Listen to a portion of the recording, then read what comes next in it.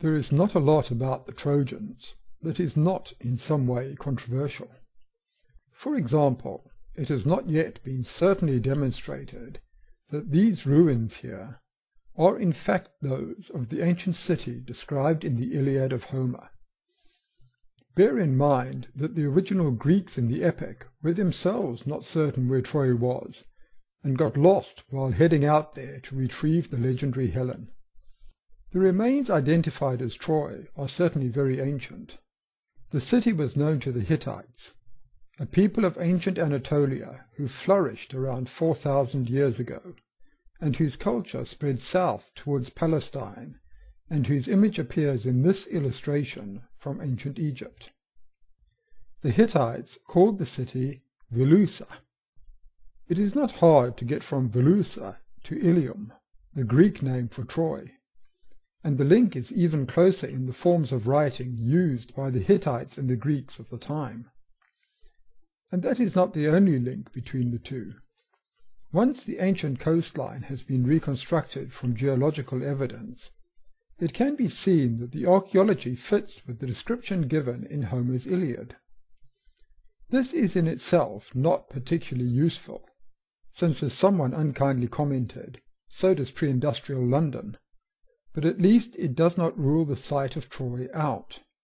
Certainly, and unlike London, the city is close to both the river Scamander and Mount Ida, both of which play an important role in the proceedings of the Trojan War. Excavations of Troy have been going on for years, and reveal that the city was destroyed numerous times in the course of its history. The interesting bit is the two destructions that coincide with Bronze Age Greece. One of these destructions was by military conquest, and another, not long before, was by an earthquake. Now, according to Greek myth, the city, which they believe to have been founded by a hero called Ilus, was flattened by Hercules when the Trojan king of the time refused to pay him for killing a monster which was threatening the city. The next destruction was that by Odysseus and his chums in the famous wooden horse, seen here in a painting by the Italian artist Battista Tiepolo.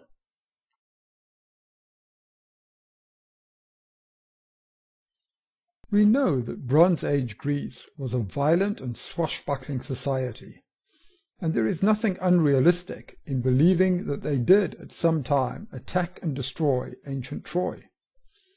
They certainly had the motive, means, and opportunity, and as this would have been one of the very few collective enterprises that united the fractious states of Greece, it would certainly make it into the historical record. And even assuming that the Trojan War was an historical event, how relevant or important was this to later Greece of the age of Pericles? I would argue that it was very important, as it formed a major part of the cultural backdrop and psychological landscape of the era. For example, the Athenians had a well-recorded tendency to engage in harebrained military adventures in faraway places, such as an expedition to Egypt just before the Peloponnesian War, and a disastrous expedition to Syracuse that wrecked their military capability towards the end of the Peloponnesian War. It is highly possible that the romantic success of their predecessors in the Iliad informed the Athenian decision to set out to war in each case. But anyway, unless we are familiar with the heroes and deeds of the Trojan War, we miss many of the quips, examples, and metaphors used by Greek writers who were intimately familiar with the war and its associated mythology. Not only that, but outside of archaeology, the Iliad remains the only window we have into Bronze Age Greece and the later world of Homer. It is a deeply flawed window through which we can barely see at all, and we certainly cannot trust most of what we see, but it's the only one we've got. And this is important because we study 5th century Greece because many of the foundations of modern European culture were laid during this era, and it was the archaic and heroic eras that laid the foundations for 5th century Greece. And what of the legendary Helen of Troy? Was she real?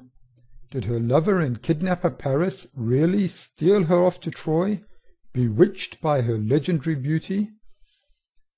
My answer would be, do we really want to know? Some things work perfectly as myths. Best to leave them so.